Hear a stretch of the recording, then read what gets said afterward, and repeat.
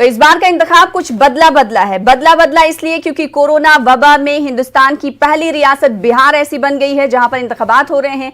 और हमने देखा कि इंतखाबी तशहीर जोरों शोर पर थी और ऐसा लग रहा था कि ना लीडरान को ना ही वोटरों को कोरोना का खौफ है। इस बीच बिहार में कहा जा रहा है कि हिफाजती इंतजामात सख्त कर दिए गए हैं, साथ ही साथ सिक्योरिटी के हवाले से भी इंतजामात सख्त किए गए हैं। तो बिहार असेंबली इंतखाब के पहले मरहले की वोटिंग में रियासत की 243 असेंबली सीटों में से 71 सीटों पर आज वोट डाले जाएंगे, जिसमें 2 करोड़ 14 लाख से ज्यादा वोटर्स 1066 उम्मीदवारों की किस्मत का फैसला करेंगे। पहले मरहले में 114 खातून 952 मर्द उम्मीदवार हैं। सबसे ज्यादा उम्मीदवार गया शहर से हैं, जबकि सबसे कम उम्मीदवार बांका के कोटरिया से हैं। पहले मरहले में आरजेडी के 42, जनता दल यू के 35, बीजेपी के 29 और कांग्रेस के 21 उम्मीदवार अपनी किस्मत आजमा रहे हैं। इनके अलावा सीपीआई के 8, हिंदुस्तानी अवाम मोर्चे के 6 और वीआईपी का 1 उम्मीदवार इंतखाबी मैदान में हैं। तो वहीं एलजेपी को दरकिनार नहीं किया जा सकता। एलजेपी ने 10 उम्मीदवार जेडीयू के खिलाफ उतारे हैं। तो पहले मरहले के इंतखाब में साबिक वजीर आला जीतन राम मांझी के अलावा नीतीश हुकूमत के 8 वजीर यानी प्रेम कुमार, कृष्ण नंदन वर्मा, शैलेश कुमार, विजय कुमार सिन्हा, जय कुमार सिंह, राम नारायण मंडल, संतोष कुमार निराला और ब्रिज किशोर समेत कई सरकर्दा लीडर इंतखाबी मैदान में हैं, जिनकी किस्मत का फैसला आज वोटर अपने हक रायदही के जरिए ईवीएम मशीनों में बंद कर देंगे। तो वहीं कोरोना वबा के दरमियान ये पहली असेंबली इंतखाबात, पहले असेंबली इलेक्शन है जो बिहार में हो रहा है। ऐसे इसलिए ये कहा जा सकता है कि पहली रियासत बिहार है हिंदुस्तान में जो मुकम्मल तौर पर असेंबली चुनाव करा रही है। इस वक्त सीधी तौर पर तस्वीरें हम आपको पोलिंग बूथ से दिखा रहे हैं, जहां पर लोग मौजूद हैं और अब से कुछ ही देर में 7 बजे से वोटिंग का अमल शुरू होने वाला है। लोगों की भीड़ भी जमा होना शुरू हो गई है, आप देख सकते हैं पोलिंग बूथ्स पर। तो बिहार में कोरोना के लिए इलेक्शन कमीशन की तरफ से कहा गया था कि खुसूसी इंतजामात किए गए हैं और पोलिंग स्टेशंस जिनकी तादाद पहले कम रहती थी, उन पोलिंग स्टेशंस की तादाद भी कोरोना वबा की वजह से बढ़ा दी गई है। कोरोना पैंडेमिक में ये पहला इंतखाब हो रहा है, जिसके चलते इलेक्शन कमीशन ने भी खातिर ख्वाह इंतजामात किए हैं।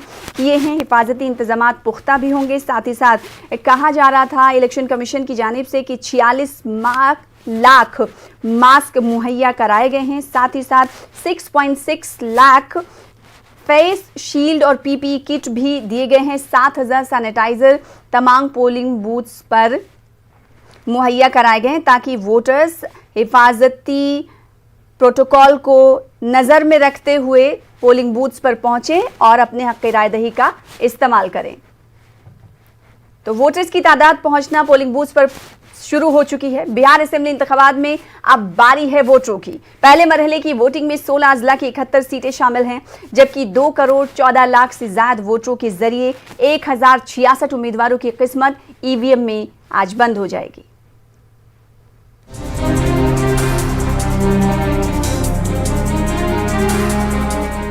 पहले मरहले के लिए उड़न खटोले से उड़ने वाले लीडरों की बारी खत्म होने के बाद अब बारी है आवाम की।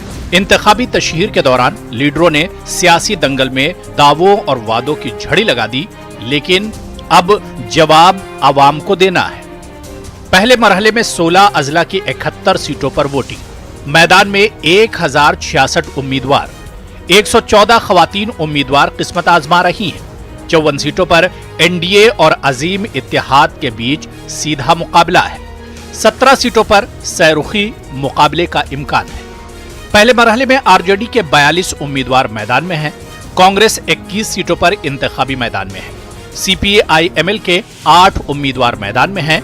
जेडीयू के 35 उम्मीदवार इंतखाबी मैदान में हैं। बीजेपी के 29 उम्मीदवार मैदान में हैं। मांझी की पार्टी हिंदुस्तानी अवाम मोर्चा के 6 उम्मीदवार मैदान में हैं। वीआईपी का 1 उम्मीदवार मैदान में है। आरएलएसपी के 43 उम्मीदवार किस्मत आजमा रहे हैं। बीएसपी 27 सीटों पर इंतखाब लड़ रही है। एलजेपी के 42 उम्मीदवार मैदान में हैं। एलजेपी ने जेडीयू के खिलाफ 35 उम्मीदवार उतारे हैं। कोरोना वबा के दौर में बिहार में इंतखाबात हो रहे हैं, जिस पर पूरे मुल्क की नजर है। बीमारी के मद्देनजर इंतजामिया ने बूथों पर एहतियाती इंतजामात भी किए हैं। बहरहाल अब इंतखाबी जंग में लीडरों के इम्तिहान की घड़ी है और गुज़िश्ता 5 बरसों के खाता बही के साथ अपने नुमाइंदों का हिसाब किताब आवाम करने जा रही है। Bureau report, news 18 Urdu.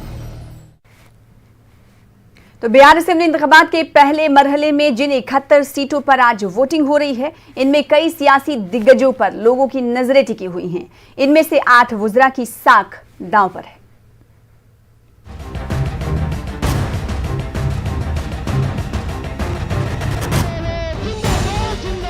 पहले मरहले के चुनाव में सियासी दिग्गजों पर पूरे बिहार की नजरें हैं। पहले मरहले में नीतीश सरकार के 8 वुज़रा का इम्तिहान है, जिनमें जेडीयू और बीजेपी कोटे से 4-4 वजीर शामिल हैं। बिहार हुकूमत के जिन वुज़रा की साख दांव पर है, उनमें गया शहर से वजीर ज़राअत प्रेम कुमार हैं, जो बीजेपी के टिकट पर इंतखाबी मैदान में हैं। जहानाबाद से वजीर तालीम कृष्ण नंदन वर्मा हैं, जो जेडीयू के टिकट पर किस्मत आजमा रहे हैं। जमालपुर से देही तरक्कियात के वजीर शैलेश कुमार सिंह हैं, जो जेडीयू के टिकट पर मैदान में हैं। दिनारा से साइंस व टेक्नोलॉजी के वजीर जय कुमार सिंह हैं, जो जेडीयू के टिकट पर चुनाव लड़ रहे हैं। राजपुर से वजीर ट्रांसपोर्ट संतोष कुमार निराला हैं, जो जेडीयू के टिकट पर मैदान में हैं। बांका से वजीर महसूलात राम नारायण मंडल हैं, जो बीजेपी के टिकट पर इंतखाब लड़ रहे हैं। लखीसराय से वजीर मेहनत विजय कुमार सिन्हा हैं, जो बीजेपी के टिकट पर चुनाव लड़ रहे हैं। और चैनपुर असेंबली हलके से ब्रजकिशोर बिंद हैं, जो बीजेपी के टिकट पर किस्मत आजमा रहे हैं। इसके अलावा कुछ हॉट सीटें ऐसी हैं जहां सियासत का बैरोमीटर है। इन हॉट सीटों में से एक है गया की इमामगंज सीट, जहां एनडीए उम्मीदवार जीतन राम मांझी का मुकाबला आरजेडी उम्मीदवार उदय नारायण चौधरी से है। 2015 में मांझी ने ही इस सीट पर कब्जा जमाया था। पटना की मुकामा सीट भी हॉट सीट है, जहां अजीम इत्तेहाद की जानिब से जोरावर अनंत सिंह किस्मत आजमा रहे हैं। अनंत सिंह का मुकाबला जेडीयू के राजीव लोचन से है। जमुई असेंबली हलका भी हॉट सीट में शामिल है। इस सीट पर मुल्क के लिए गोल्ड जीतने वाली श्रेयसी सिंह का मुकाबला आरजेडी के विजय प्रकाश से है। बिहार का चित्तौड़गढ़ यानी औरंगाबाद, जहां बीजेपी के रामाधार सिंह का मुकाबला कांग्रेस के आनंद शंकर से है। तो अब इंतजार है 10 नवंबर का, जब आवाम का फैसला सामने आएगा। Bureau report, news 18 Urdu. तो जहां वोटर्स हक रायदही के लिए पोलिंग बूथ पर पहुंचना शुरू हो गए हैं, तो वहीं लीडरान की जानिब से आवाम से वोटरों को वोट देने की अपील भी की जा रही है। इसी ज़िम्न में तेजस्वी यादव ने आवाम से वोट देने की अपील की है। तेजस्वी यादव ने कहा कि आवाम को बिहार को बदलने के लिए आज भारी तादाद में वोट करना होगा।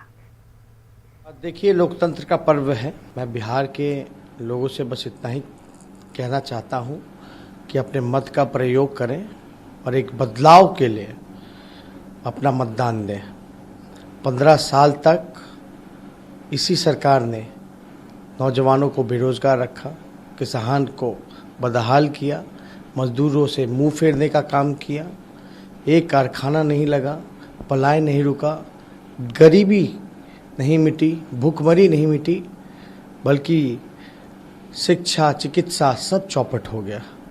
इसलिए जो लोग मत का प्रयोग करें, वो मुद्दे पर ही प्रयोग करें। और बिहार में सबसे बड़ा मुद्दा आज का बेरोजगारी का है, और मैं कहूँगा कि बदलाव के लिए ज़रूर वोट देने का काम करें। गिरिराज सिंह ने लोगों से वोट देने की अपील की है। कहा, लोग काम को देखकर वोट देंगे। मतदान लोकतंत्र का सबसे बड़ा पर्व है और एक मत का अधिकार प्रत्येक व्यक्ति को है, चाहे राष्ट्रपति हो या कोई सरकारी सेवक हो, चाहे राजा हो या रंक हो, एक ही मत है। इसलिए सभी मतदाता अपने मत का प्रयोग करें। ये लोकतंत्र का बहुत बड़ा पर्व है। और ये पर्व मोदी जैसे लोगों को, जो चाय बेचने वाला, उसको प्रधानमंत्री बना दिया। कर्पूरी ठाकुर जननायक हो गए। तो ये मताधिकार का प्रयोग करने के लिए सबों को आना चाहिए।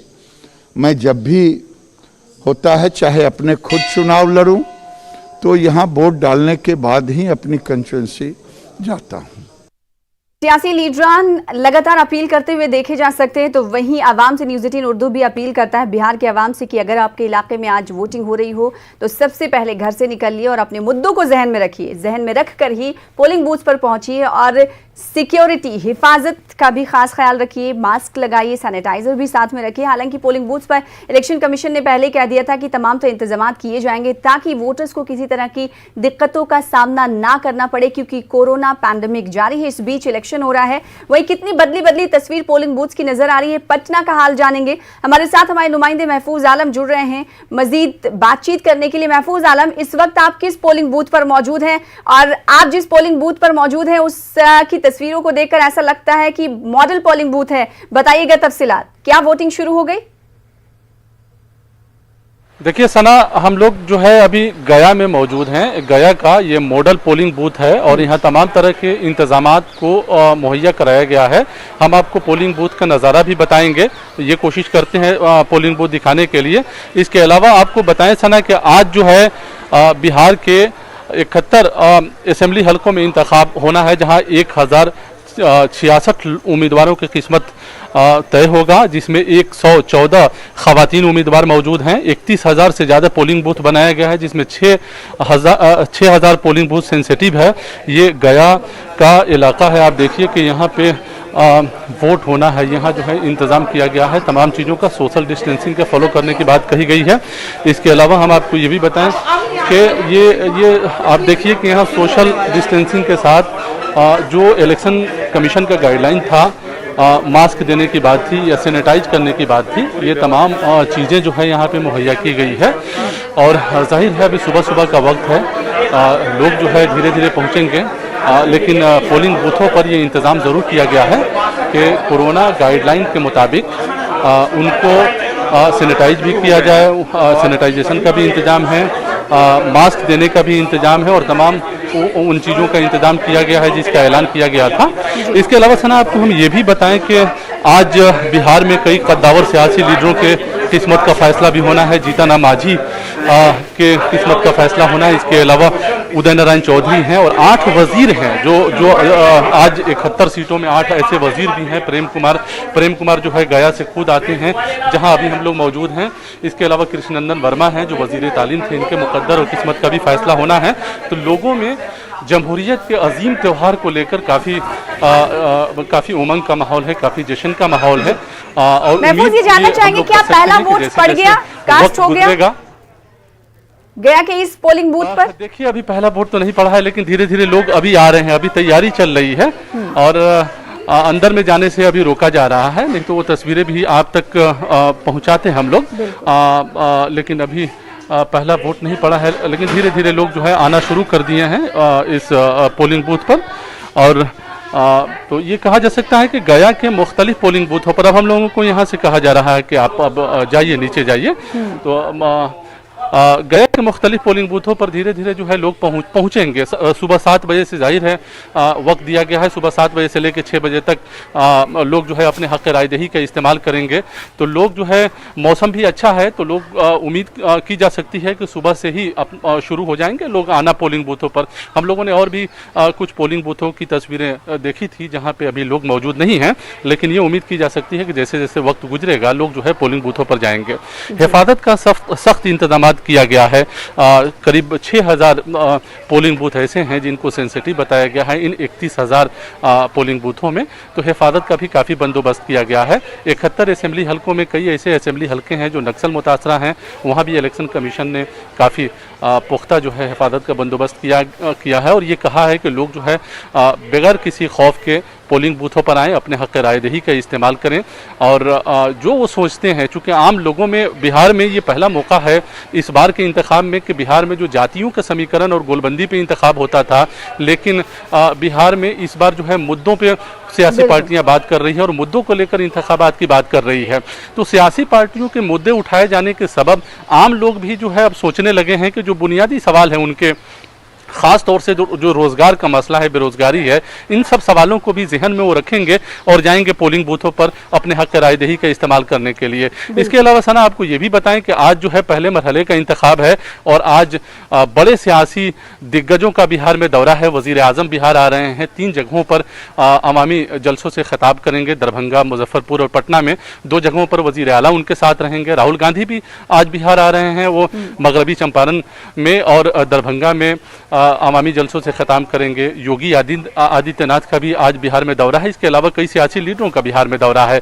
तो बिहार की सियासी हवाले से अगर देखें तो बिहार का दिन आज काफ़ी खास है। एक तरफ इंतखाबात का पहला मरहला है, 71 असेंबली हलकों पर आज वोट डाले जा रहे हैं और दूसरी तरफ वजीर आजम और राहुल गांधी भी बिहार आ रहे हैं। तो जाहिर है सियासी पारा भी कहीं ना कहीं बड़ा होगा। तो लोग जो है काफ़ी दिनों से ये सोच रहे थे कि वो किस हिसाब से अपने वोट को लेकर आगे बढ़ेंगे, किस हिसाब से अपने हक रायदही का इस्तेमाल करेंगे। तो अब लोगों ने जाहिर है मन बना लिया होगा कि वो क्या करने वाले हैं। लेकिन इतना साफ जरूर है कि जो जातीय गोलबंदी को लेकर और जातों को सोचकर लोग जो है वोट करते थे, उसमें काफी हद तक जो है चेंजिंग आ सकती है, ऐसा कहा जा सकता है। जब लोग देखा कि तशहीरी मुहिम में या फिर मीडिया कवरेज में अगर मीडिया नुमाइंदों की जानिब से अवाम से लगातार जब सवाल किया जाता था तो नाम उनका पूछा जाता था, तो अक्सर बिहार में देखने को मिलता है कि नाम के साथ साथ जाति भी लोग बताते हैं। और इस बार देखने को ये मिल रहा है कि लोग सिर्फ और सिर्फ बेरोजगारी, सेहत, तालीम को लेकर, साथ ही साथ करप्शन को लेकर अपने नाराजगी का इजहार करते हुए देखेंगे। ऐसे में देखना ये होगा कि आज के युवा नौजवान क्या कुछ जहन में रखते हुए, क्योंकि लगातार उनकी तरफ से कहा गया कि वो पढ़े लिखे बेरोजगार हैं। ऐसे कई रद्द-ए-अमल सामने है महफूज आलम कि वो पढ़े लिखे रोजगार हैं। ऐसे में हमने देखा कि कई सारे जो तशहीरी मुहिम में लीडरान जब बोल रहे थे इंतखाबी तशहीर में, उन तशहीरों में आवाम का गुस्सा भी देखने को मिला। उन्होंने कहा कि हमने पढ़ लिया लेकिन पढ़ लेकर हम बेरोजगार हैं। तो इन तमाम चीजों को देखते हुए कहा जाए कि सबसे ज्यादा और बड़ा मुद्दा जो है बिहार इलेक्शन का वो बेरोजगारी ही है। बिल्कुल सना, इसमें कोई दो राय नहीं है कि अभी जो बड़ा मुद्दा है, सबसे बड़ा बिहार के असेंबली इंतखाब का, वो बेरोजगारी है। ये वजह ये भी है कि कोरोना पेंडेमिक की वजह से, कोरोना वबा की वजह से बिहार में बेरोजगारों की तादाद बढ़ी है। यानी 46% जो है आबादी ऐसी है जो बेरोजगार है। और इस बात को लेकर अपोजिशन ने सख्त हमला भी किया था और इस बात को लेकर आवामी जलसों में भी लोगों के सामने रखने की कोशिश की गई है। यहाँ तक कि बेरोजगारी को दूर करने के लिए, लोगों को खुद कफील बनाने के सिलसिले में तमाम पार्टियों ने अपने इंतखाबी मंसूर में भी वादा किया है, चाहे वो अपोजिशन की पार्टियां हों, हुकूमत में शामिल जो पार्टियां हैं, एनडीए की, उसने भी जो है बेरोजगारी को दूर करने का वादा किया है। तो कुल मिलाकर यह है कि बिहार में बेरोजगारी एक बड़ा मुद्दा जो है बना है। और यहाँ पर ये भी जिक्र कर दे अपने नाज़रीन के लिए, क्योंकि गुज़िश्ता 5 सालों में, क्योंकि नीतीश कुमार की 15 सालों से सरकार है, 15 साल नीतीश कुमार की सरकार रही और 15 साल लालू प्रसाद यादव की सरकार रही। ऐसे में लोग मुआवजना भी दोनों सरकारों को कर रहे हैं। अगर पिछले 5 सालों की बात करेंगे तो अनएम्प्लॉयमेंट यानी बेरोजगारी 36% से बढ़कर 42% हो गई है। इसीलिए बेरोजगारी बड़ा मुद्दा बनता हुआ दिखाई दे रहा है। महफूज आलम, आप जिस पोलिंग बूथ पर मौजूद है, क्योंकि गया में मौजूद हैं, अगर गया के मकामी मुद्दे जानने की कोशिश करेंगे तो क्या कुछ अहम मुद्दे हैं जिन्हें वोटर्स अपने जहन में रखकर आज पोलिंग बूथ पर पहुंचेंगे? देखिए सना, गया से प्रेम कुमार जो है लगातार जीतते रहे हैं। कई बार जो है असेंबली इंतखाबात यहाँ से जीता है। वज़ीर आला नीतीश कुमार के कैबिनेट में वो वज़ीर भी रहे हैं। अब रहा सवाल कि उन्होंने किया क्या है गया में। तो गया में जो वादा उन्होंने किया था, मकामी लोगों से जब हम लोगों ने बात की तो लोगों में नाराज़गी है, इसमें कोई दो राय नहीं है। लोग नाराज़ हैं। बावजूद इसके जो गया का जो समीकरण है, जो गया का जो सियासी समीकरण है, उसमें कहीं ना कहीं प्रेम कुमार जो है हमेशा बाजी मार जाते हैं, हमेशा वो जीतते हैं। बुनियादी सवाल की अगर बात करेंगे तो गया जो है एक मतलब बैनुल-अक़वामी सतह पर काफ़ी फेम जगह है। यहाँ पे बगल में बोध बोध गया है, जहां गौतम बुद्ध की अकीदत रखने वाले लोग जो है पूरी दुनिया से बोध गया आते हैं। गया में गया को लेकर भी चूंकि काफ़ी कई मजहबी मकामात गया में है, जहां दुनिया के मुख्तलिफ ममालिक से लोग यहाँ आते हैं। ऐसे में गया को एक इंटरनेशनल शहर के मयार पर हो जाना चाहिए था, सफाई होनी चाहिए थी, गंदगी नहीं रहना चाहिए था, लेकिन गया में आज भी गंदगी का अंबार है। सड़कों की हालत जो है बहुत अच्छी नहीं है, पतली पतली सी सड़कें हैं, नैरो जो है सड़कें हैं, तो लोगों को काफ़ी मुश्किलें उठानी पड़ती है। और बाहर से जो लोग आते हैं तो जाहिर है बहुत अच्छा इंप्रेशन लेकर वो नहीं जाते हैं। गया में आपको मालूम है कि इंटरनेशनल हवाई अड्डा भी है, और यहाँ से जाहिर है वो जब बनाया गया था इसी को ध्यान में रखकर बनाया गया था कि बाहर के जो मेहमान आएंगे गया आएंगे, अपने मजहबी मकामात पर अपनी इबादत करेंगे और जाएंगे। तो जाहिर है जो बाहर से जो लोग आते हैं वो कुछ ना कुछ इंप्रेशन लेकर अगर जाएंगे तो बहुत अच्छा रहेगा। और इस बात को लेकर तमाम सियासी पार्टियां ये वादा गया के लोगों से करती रही है, गया शहर में खास तौर से, लेकिन वो चीज़ें और वो वादे जो है पूरे नहीं हुए हैं। यही वजह है कि गया टाउन में इस बार सबसे ज़बरदस्त मुकाबला अगर देखें तो एनडीए और महागठबंधन के जो उम्मीदवार हैं, अजीम इत्तेहाद के जो उम्मीदवार हैं, उनके दरमियान हैं। महागठबंधन के उम्मीदवार जो है यहाँ पे डिप्टी मेयर थे, तो उन्होंने क्या काम किया है उनको लेकर जो है वो अपने दावे हैं।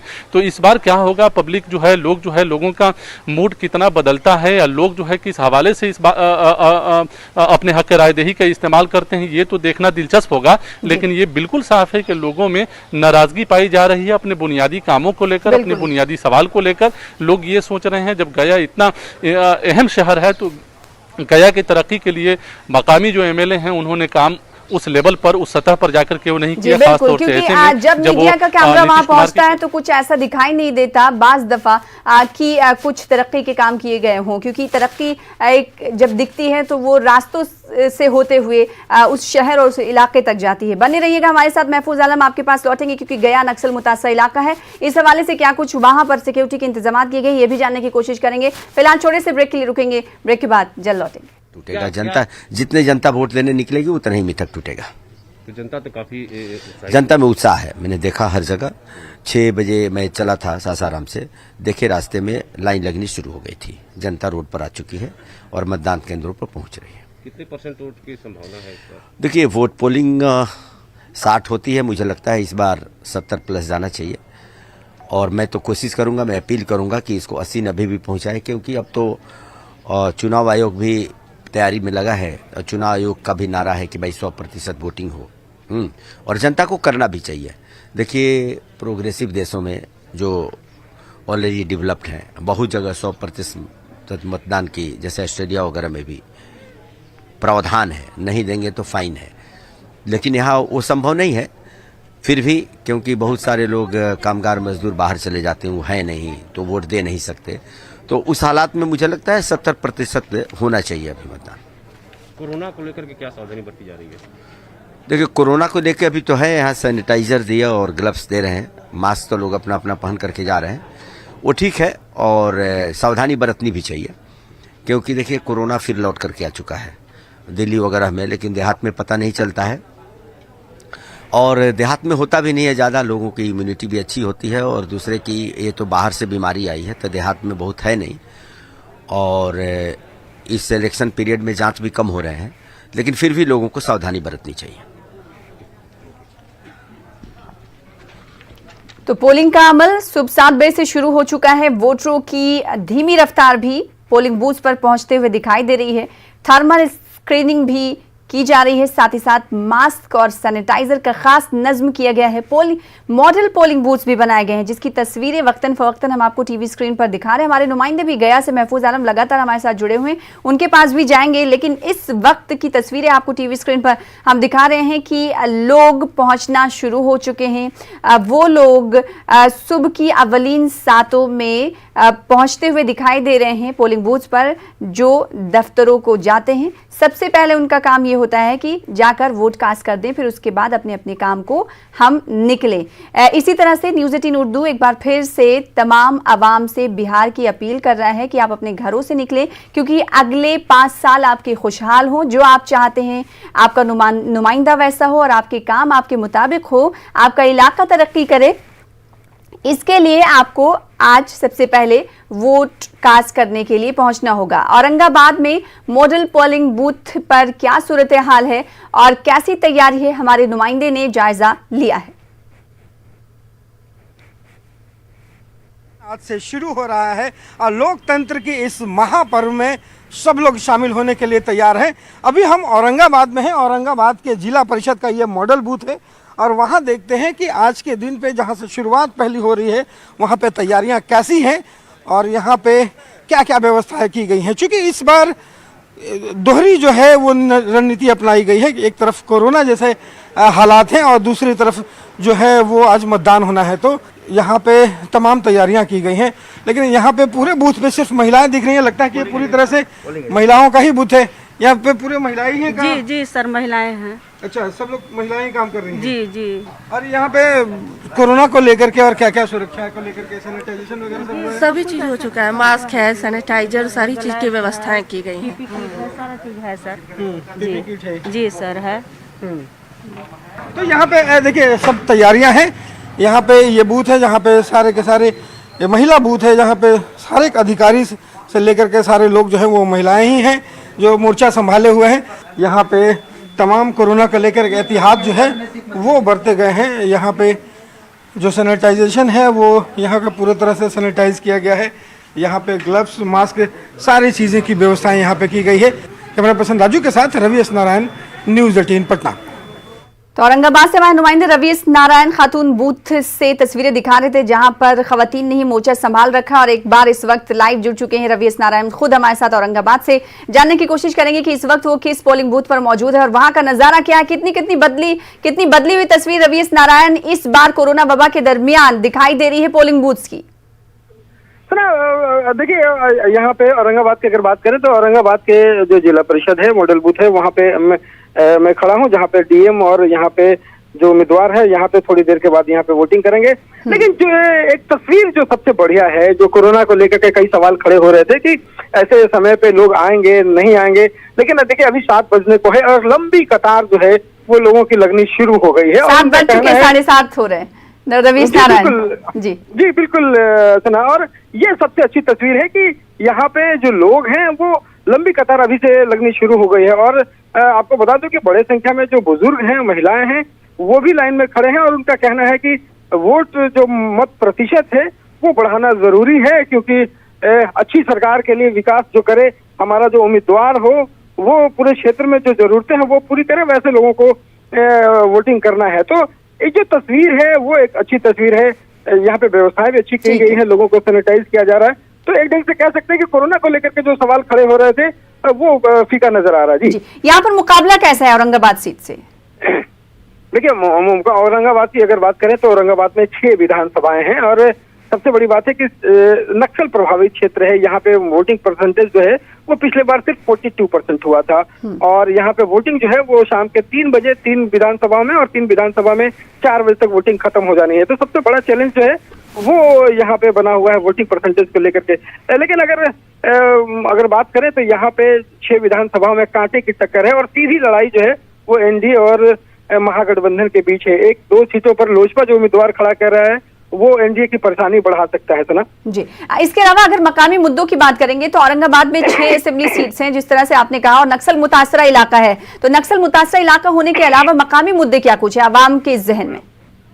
यहाँ पे लोगों का कहना है कि देखिए जो ग्रामीण इलाके हैं, शहरी इलाका में तो विकास है लेकिन ग्रामीण जो इलाके हैं वहाँ पे अभी सड़कों की जरूरत है और जो पानी की व्यवस्था है, हालांकि सरकार ने जो योजनाएं लाई हैं उसके बावजूद लोग कहते हैं कि अच्छा पानी जो है उसकी जरूरतें हैं और खास करके ग्रामीण इलाकों में स्कूलिंग वगैरह, उनका कहना है कि शिक्षा वगैरह की जो स्थिति है और स्वास्थ्य की जो व्यवस्थाएं हैं थोड़ी और सुधार होनी चाहिए। जी, तो मकामी लोगों की यही मांगे। बेहद शुक्रिया रवि एस नारायण, आगे भी आपसे जुड़ते रहेंगे। तो औरंगाबाद भी नक्सल मुतासर इलाका है, इसकी वजह से सिक्योरिटी के पुख्ता इंतजाम भी किए गए हैं और वोटिंग का अमल जल्द ही खत्म कर दिया जाएगा। इस औरंगाबाद में 6 असेंबली सीट्स हैं जहां पर आज वोटिंग हो रही है और मॉडल पोलिंग बूथ से तफसीलात बता रहे थे हमारे नुमाइंदे रवि एस नारायण।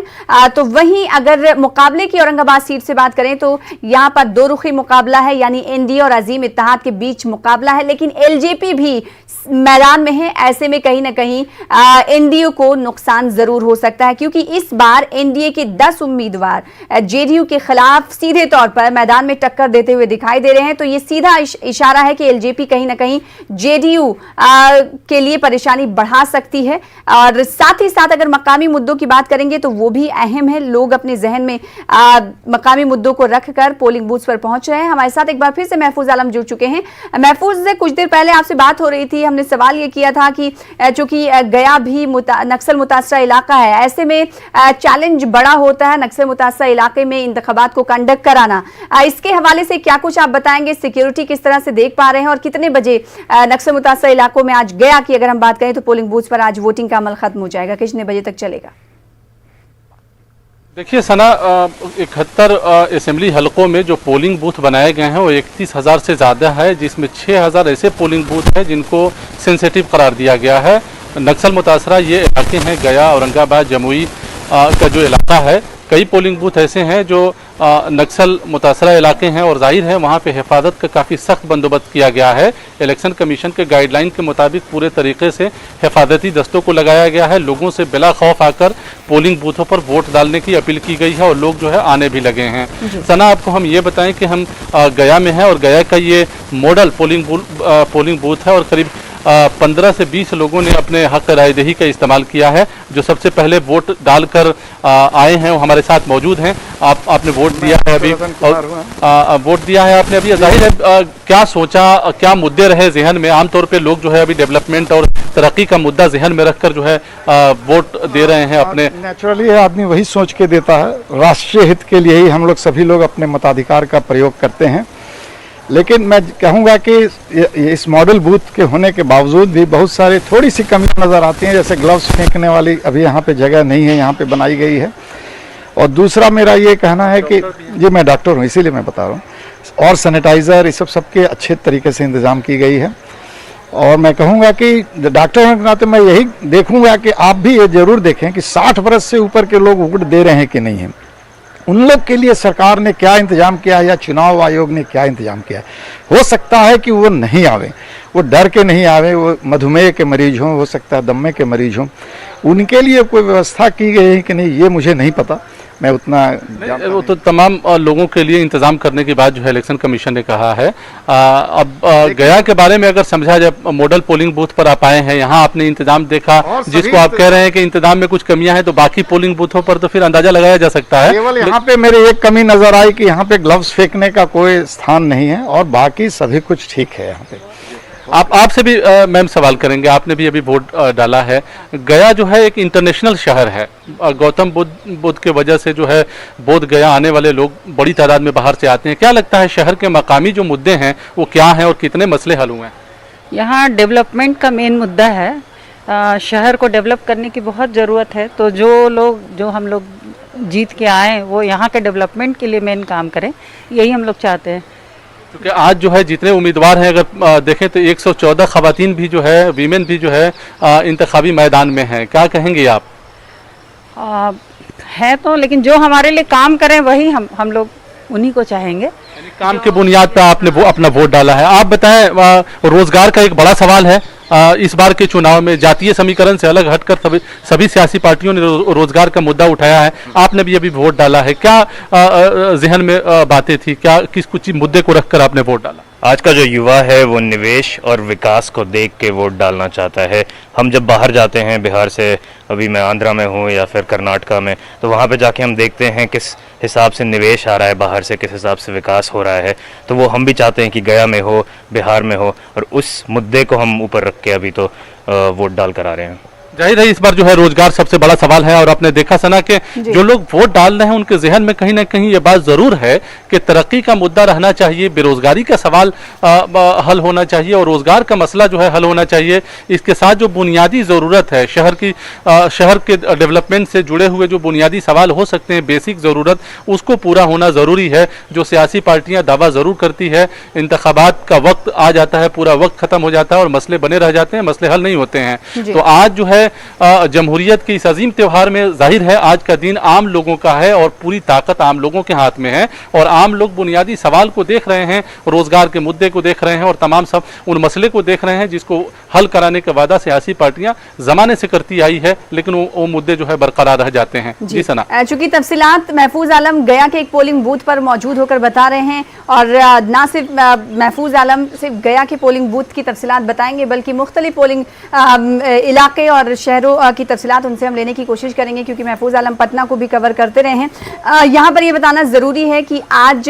71 सीटों के लिए एक बार फिर से आवाम को बता दें कि वोटिंग हो रही है। बिहार के आवाम से अपील है न्यूज़ 18 उर्दू की, आप घरों से निकले और अव्वलीन फुर्सत में जाकर सबसे पहले वोट कास्ट करें, क्योंकि आज जब आप वोट कास्ट करेंगे तो अगले आने वाले 5 साल आपके खुशहाल होंगे। इसीलिए आपको घरों से निकलना होगा और अपने पसंदीदा नुमाइंदों को चुनना होगा। अगर 2015 की हम बात कर लें तो जब 71 सीटों पर वोटिंग हुई थी तो 2015 में जेडीयू प्लस आरजेडी यानी दोनों ने साथ मिलकर चुनाव लड़ा था तो 46 सीटें उनके खाते में गई थी।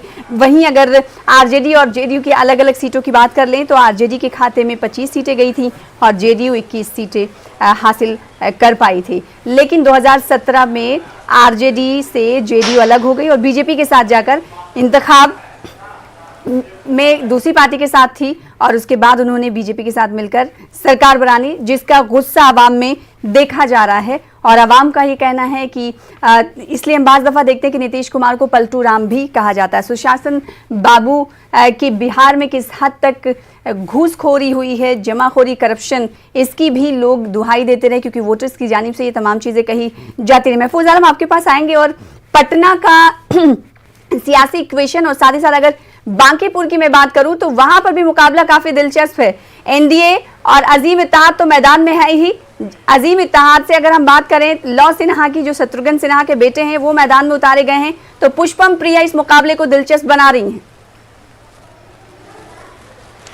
जी बिल्कुल सना, अगर पटना के असेंबली हलके की बात की जाए जो कि दूसरे मरहले में वहां इंतखाब होना है तो वहां पे भी कुल मिलाकर बात वहीं आती है कि अजीम इत्तेहाद और एनडीए के बीच जो है उम्मीदवार हैं अजीम इत्तेहाद और एनडीए के उनके दरमियान जो है सीधा सीधा मुकाबला है। लेकिन कई ऐसे असेंबली हलके हैं जहां जो मुख्तलिफ अलायंस मजीद जो बने हैं, चाहे वो पप्पू यादव का अलायंस बना हो या असदुद्दीन वैसी और उपेंद्र कुशवाहा के अलायंस बना हो, वो भी अपनी जगह बनाने की कोशिश कर रहे हैं। वहीं पुष्पम जिनकी बात आप कर रही हैं वो भी जो है चूंकि बाहर से पढ़कर आई हैं, वो समझती हैं कि बिहार में कुछ नहीं हुआ है तो बिहार में बदलाव करना जरूरी है। तो बिहार को बदलने के लिए बिहार में लोगों को रोजगार दिलाने का नारा लगाकर उन्होंने भी इंतखाबी मैदान में हिस्सा लिया है और जात पात से अलग हटकर मुद्दों के आधार बनाकर मुद्दों के बेस पर जो है वो सियासत करती नजर आ रही हैं। तो सना ये कहा जा सकता है कि अगर हम मुख्तलिफ हलकों का जायजा लेते हैं और मुख्तलिफ हलकों की जब बात करते हैं तो ये ज़रूर है कि डेवलपमेंट, तरक्की और बेरोजगारी ये तमाम मुद्दे हैं। जाति से थोड़े ऊपर उठ के अब ये मुद्दे उठ रहे हैं, हावी हो गए हैं जातियों के ऊपर बेरोजगारी का मुद्दा। बावजूद इसके जो उम्मीदवार हैं महागठबंधन के यानी अजीम इत्तेहाद के और एनडीए के, इन दोनों के बीच में ज़्यादातर असेंबली हलकों पर सीधी सीधी लड़ाई होगी। मुमकिन ऐसा हो सकता है कि कुछ ऐसी सीटें हैं बिहार में जब अजीम इत्तेहाद और महागठबंधन की लड़ाई का फायदा जो है किसी तीसरे जो है अलायंस को मिल जाए, पप्पू यादव के अलायंस को मिल जाए या असदुद्दीन वैसी की अलायंस को उसका फायदा मिल जाए वोटों के बिखराव के सबब, तो ये मुमकिन हो सकता है। और आज जो 71 असेंबली हलकों पे इंतखाब है ये बताएगा कि दूसरे और तीसरे मरहले में किस हिसाब से इंतखाब होना है। सर आपने वोट डाला है? अभी भी डाला, अभी डाल कर आ रहे हैं। क्या लगता है गया में जो है क्या हालात हैं, क्या मुद्दे रहे हैं जो जिसको जहन में रखकर जो है आपने वोट डाला है? डेवलपमेंट के सवाल पर आप बुजुर्ग भी हैं। मुद्दे मेरे पास अच्छी बात है, ठीक है जी। सबसे बड़ी बात है कि मुद्दे तो बहुत हैं और आशा भी अगर है किसी से तो बीजेपी की सरकार से ही है और हम इसी उद्देश्य से आए कि इस पूरे गया शहर का कम से कम विकास तो हो ही, इसके अलावा पूरे राज्य का विकास ये लोग कर सकें। तो गया शहर का तरक्की विकास जिसकी बात करें उतना नहीं हुआ जितना सोच रहे हैं आप? डेफिनेटली नहीं हुआ है, अभी बहुत आवश्यकता है। जैसे प्रोफेसर कॉलोनी मोहल्ले में अगर आप जाकर देखेंगे तो ड्रेनेज सिस्टम है ही नहीं। आज तक 1 साल से वहाँ जो नल कल योजना है, जल नल कल योजना, आज तक हम लोग को पानी नहीं मिला। सारा रोड को लोगों ने बर्बाद कर दिया। अभी आवश्यकता बहुत काम करने की है, काम करने की बहुत ज्यादा जरूरत है। जी आप क्या कहेंगे, आपने भी वोट डाला है बुजुर्ग? भेज जा रहे हैं देने, हम ये मोबाइल आपको रखना चाहते हैं 2 मिनट। अभी वोट डालने जा रहे हैं, चलिए ठीक है। हाँ तो ठीक है। तो सना आपने देखा कि ये जो लोग वोट डालकर आ रहे हैं उनके अपने मुद्दे हैं, जो वोट डालने जा रहे हैं उनके अपने मुद्दे हैं। एक सवाल यहाँ पे ये भी है कि जो 71 असेंबली हल्का है बिहार का, आज ये तय करेगा कि दूसरे और तीसरे मरहले के इंतखाब में क्या मुद्दे रहेंगे और क्या पॉलिसी रहेगी और किस अलायंस की तरफ लोगों का मिजाज बनेगा और किस अलायंस की तरफ जो है लोग जो है जाएंगे। जाहिर है बिहार में ये कहा जाता है कि पहले मरहले का इंतखाब तमाम सियासी पार्टियों के लिए अहम होता है। हालांकि बिहार के मुख्तलिफ जिलों का वोट पैटर्न बिल्कुल अलग है, मुख्तलिफ जिलों का और मुख्तलिफ इलाकों के मसले भी बिल्कुल अलग हैं। आज जिन इलाकों में 71 असेंबली हल्कों में इंतखाब हो रहा है, ये इलाके सैलाब मुतासरा इलाके नहीं हैं, लेकिन दूसरे और तीसरे असेंबली हल्के मरहले में जो इंतखाब होगा वो इलाके सैलाब मुतासरा भी हैं। इन इलाकों में नक्सल जो है एक बड़ा मसला है जिसके ऊपर काफ़ी हद तक हुकूमत ने काबू पाया है और इलेक्शन कमीशन ने ये दावा किया है और उसका इंतज़ाम भी किया है कि उन इलाकों में भी वोटिंग के परसेंटेज को बढ़ाया जाएगा और लोग बिला खौफ आकर जो है वोट डालेंगे। इन इलाकों में जो मसले हैं, आपकी बात से मैं मुत्तफिक हूँ, सभी मुत्तफिक होते हैं क्योंकि पहला मरहला किसी भी इंतखाबात के आगे चलने को लेकर इशारे लेकर आता है। अब ऐसे में देखना ये होगा कि दूसरे और तीसरे मरहले यानी आखिरी मरहले के तहत किस तरह वोटिंग होती है और आवाम किन किन मुद्दों को अपने जहन में रखकर वोट कास्ट करने के लिए पहुंचते हैं। महफूज आलम हमारे साथ बने रहिए, आपसे फिर राब्ता करेंगे। आवाम क्या कुछ कह रहे हैं सुन लेते हैं।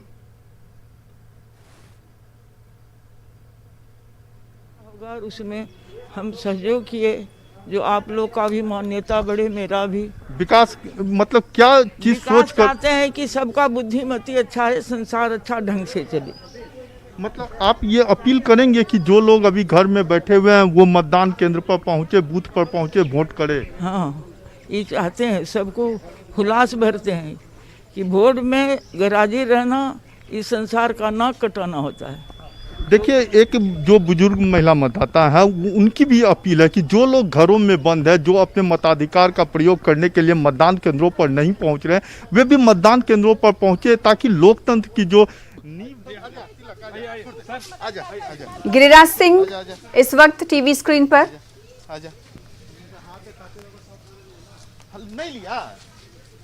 तो बिहार में जमहूरियत का जश्न मनाया जा रहा है। लोग अब पोलिंग बूथ्स पर पहुंचना शुरू कर दिए हैं। लंबी लंबी कतारें हालांकि उनकी देखी जा रही हैं। मुख्तलिफ पोलिंग स्टेशंस की हम आपको तस्वीरें दिखा रहे हैं। कुछ नक्सल मुतासरा इलाके हैं जहां पर चैलेंजेस भी है और वहां पर सिक्योरिटी इंतजाम भी साथ साथ किए गए हैं। तो नक्सल मुतासरा इलाकों में ना सिर्फ चैलेंजेस हैं बल्कि कोरोना वबा के दरमियान जो इंतखाबात हो रहे हैं वो भी काफ़ी अहमियत के हामिल दिखाई दे रहे हैं क्योंकि वहाँ स्क्रीनिंग भी हो रही है। अगर बुजुर्ग की बात करेंगे या फिर बीमार या माजूर की बात करेंगे तो वो भी पोलिंग बूथ्स पर धीरे धीरे पहुँच रहे हैं। अब आप इससे अंदाज़ा लगा सकते हैं इस तस्वीर को देखकर कि वोटर्स कितने बेदार हैं। वो अपने हक़ राय दही का इस्तेमाल करने के लिए पहुँच रहे हैं पोलिंग बूथ्स पर, खा वो माजूर हों या फिर बीमार हों। और न्यूज़ 18 उर्दू एक बार फिर से लगातार अपील कर रहा है कि लोग अपने घरों से निकलें और वोट कास्ट करें। गया के नए वोटर्स अपने वालिदैन के साथ जमहूरियत के इस जश्न में शामिल होने आए हैं। वो क्या सोचते हैं और किन उम्मीदों के साथ पहली मर्तबा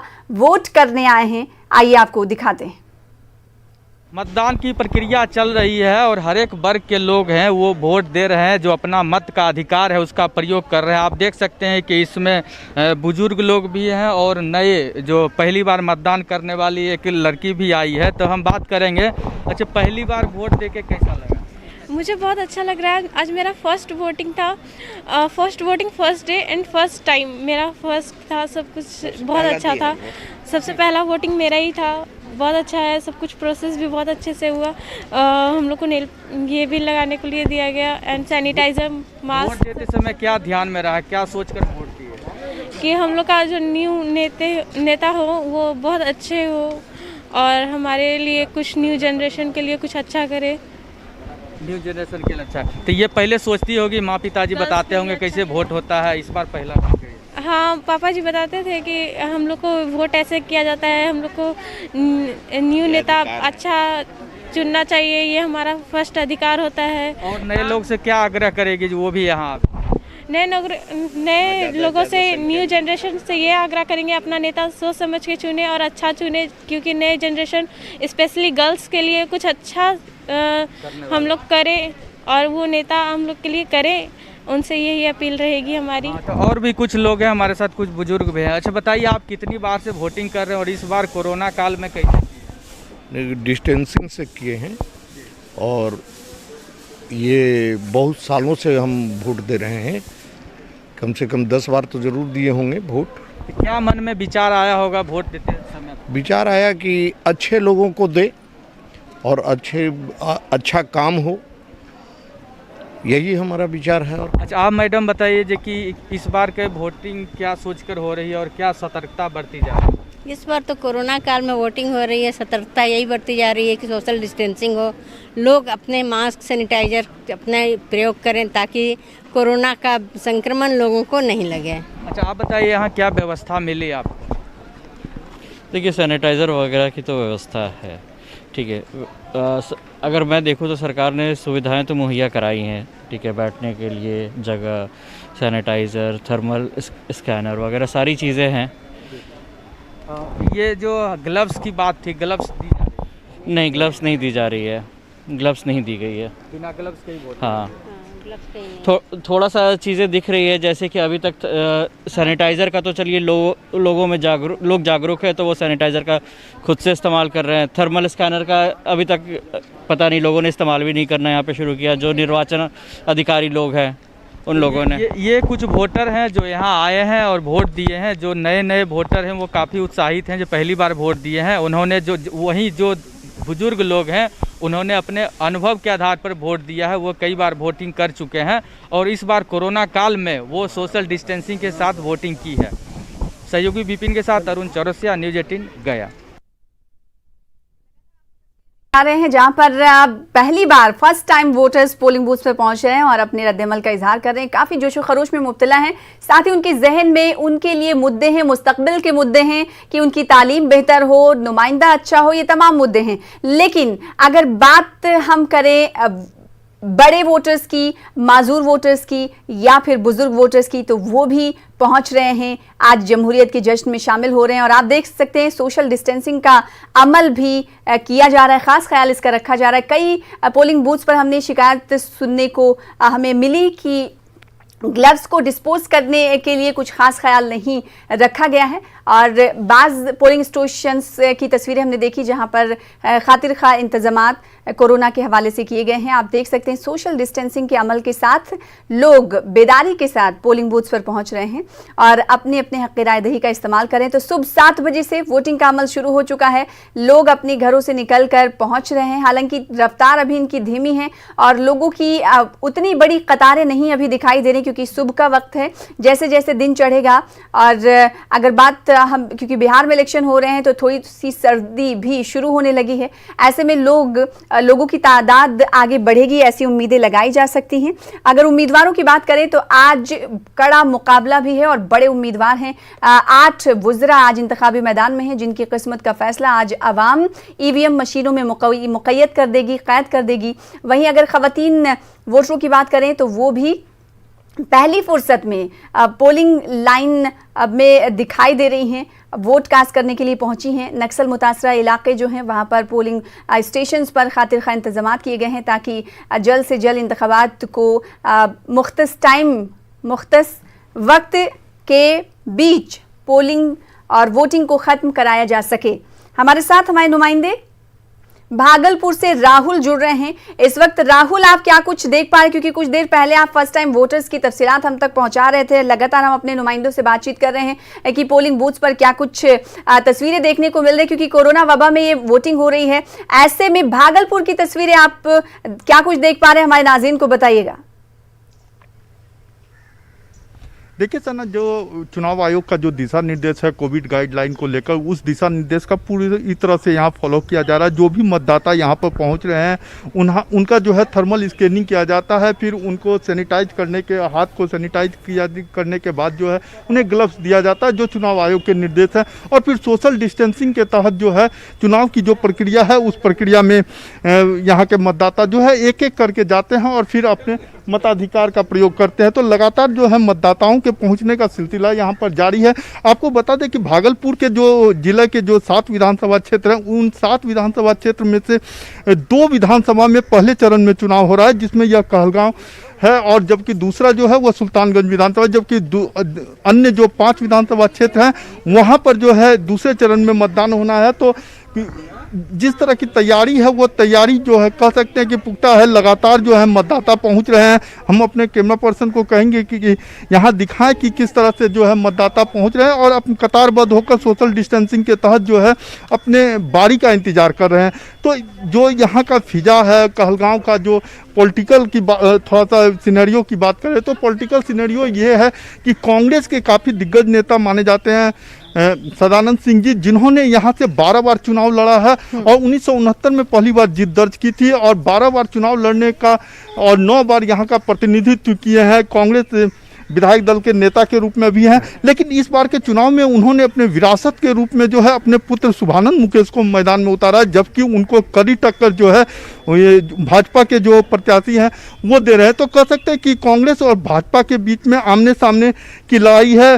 देखिए युवा मतदाता भी यहाँ पर पहुँचे हुए हैं, हम सना उनसे बात करते हैं कि वो क्या सोचती है, क्या सोचती हैं, क्या सोचती हैं कोरोना में जो है पहली बार चुनाव हो रहा है। जी, आई थिंक चुनाव तो जरूरी है क्योंकि हम अपने प्रतिनिधि को चुन रहे हैं इस समय। तो कोरोना के समय भी हमें सब कुछ न्यू नॉर्मल है, तो सब कुछ ध्यान में रखते हुए करना चाहिए। और चुनाव ऐसी चीज़ है जिससे आपका पूरे स्टेट का भी एक फ्यूचर आप डिसाइड करते हो कि कौन प्रतिनिधित्व करेगा। वोट देने का आपका क्या आधार होगा? जी, जो हमारे लाइक आपकी आम जनता के जो भी कि जो बोलते हैं मतलब कि काम कर सके, जैसे आप देख सकते हैं रोड की हालतें सही नहीं है, तो उन सब चीज़ों को सही करा सकते हैं। इसके साथ ही वो आपके एजुकेशंस के पर्पस जो बोल रहे हैं, आप बिहार में बोलते हैं सबसे ज़्यादा ब्रेन्स है बट अपॉर्चुनिटी नहीं मिलती है, तो उन सब चीज़ों को ध्यान में रख के जो फर्स्ट टाइम वोट दे रही हैं। जी, नाम आपका? स्नेहा चक्रवर्ती। तो देख सकते हैं कि किस तरह से जो है मतदान को लेकर मतदाता जो है उसमें उत्साह है, चाहे कोई भी उम्र हो, बुजुर्ग मतदाता हो चाहे युवा हो, वो लगातार मतदान केंद्रों पर पहुंच रहे हैं और अपने मताधिकार का प्रयोग कर रहे हैं। जी सना। तो आप अपने नाज़रीन को, जो दूसरी रियासत के नाज़रीन जो देख रहे हैं, यहाँ पर ये बताना जरूरी है कि हमारे नुमाइंदे राहुल भागलपुर के उस असेंबली सीट पर मौजूद हैं जहाँ पर इंतखाबात हो रहे हैं, क्योंकि 8 असेंबली सीट है जैसा कि राहुल ने बताया, और यहाँ पर सिर्फ भागलपुर के 2 असेंबली सीट्स पर पोलिंग हो रही है। बकिया जो 6 असेंबली सीट्स है वहां पर दूसरे मरहले के तहत वोटिंग होगी। लेकिन जिन 2 असेंबली सीट्स पर आज पोलिंग हो रही है, वोटिंग हो रही है, राहुल वहां के अहम मुद्दे क्या हैं, बताइएगा। देखिए, 2 जो विधानसभा क्षेत्र इन 2 विधानसभा क्षेत्र में कहलगांव है और सुल्तानगंज है, और सबसे बड़ा बात सुना कि ये गंगा के तटीय इलाके का है, क्योंकि ऐसे भी कहा जाए तो भागलपुर जो है गंगा के किनारे बसा हुआ है। गंगा की जो यहाँ सभ्यता और संस्कृति है वो रची बसी है। तो सबसे बड़ी बात है कि कहलगांव जो है यह झारखंड की सीमा को टच करता है, और इसके अलावे जो है यहाँ की सियासत की बात करें तो सबसे बड़ा बात है कि जो सदानंद सिंह जो लगातार पिछले 12 बार से चुनाव लड़ रहे थे, इस बार उनकी तस्वीर नहीं है। उन्होंने अपने पुत्र शुभानंद मुकेश को जो है अपने विरासत के रूप में उतारा है, जबकि कड़ा टक्कर के रूप में जो है भाजपा के दोनों युवा हैं।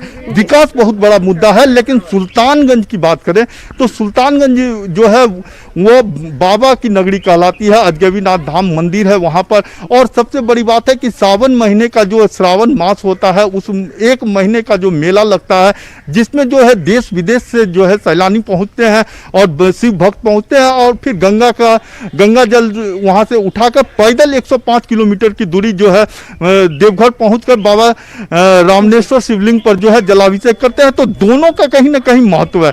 चाहे वो हम कहलगांव के परिदृश्य की बात करें तो पर्यटन के क्षेत्र में भी विक्रमशिला का कह सकते हैं कि बहुत पौराणिक ऐतिहासिक है विक्रमशिला विश्वविद्यालय यहाँ की पहचान है, जो अभी भी उसके मतलब इस्टेब्लिशमेंट को लेकर जो है काफी जद्दोजहद हो रहा है, काफी काफी सियासत भी हो रही है, लेकिन कोई रिजल्ट अभी तक नहीं आया है। हाँ, सियासत के केंद्र में जो है विक्रमशिला विश्वविद्यालय जरूर रहा है। जी, जाहिर सी बात हो, तो ये मकामी मुद्दे हैं। अब देखना ये होगा कि आवाम मकामी मुद्दों को किस हद तक जहन में रखकर वोट कास्ट करने के लिए पहुंचते हैं। बेहद शुक्रिया राहुल, तफसील से जानकारी फराहम करने के लिए, तस्वीरें दिखाने के लिए। तो इंतखाबी जंग 2020 जारी रहेगा। रुकेंगे छोटे से ब्रेक के लिए, जल्द लौटेंगे।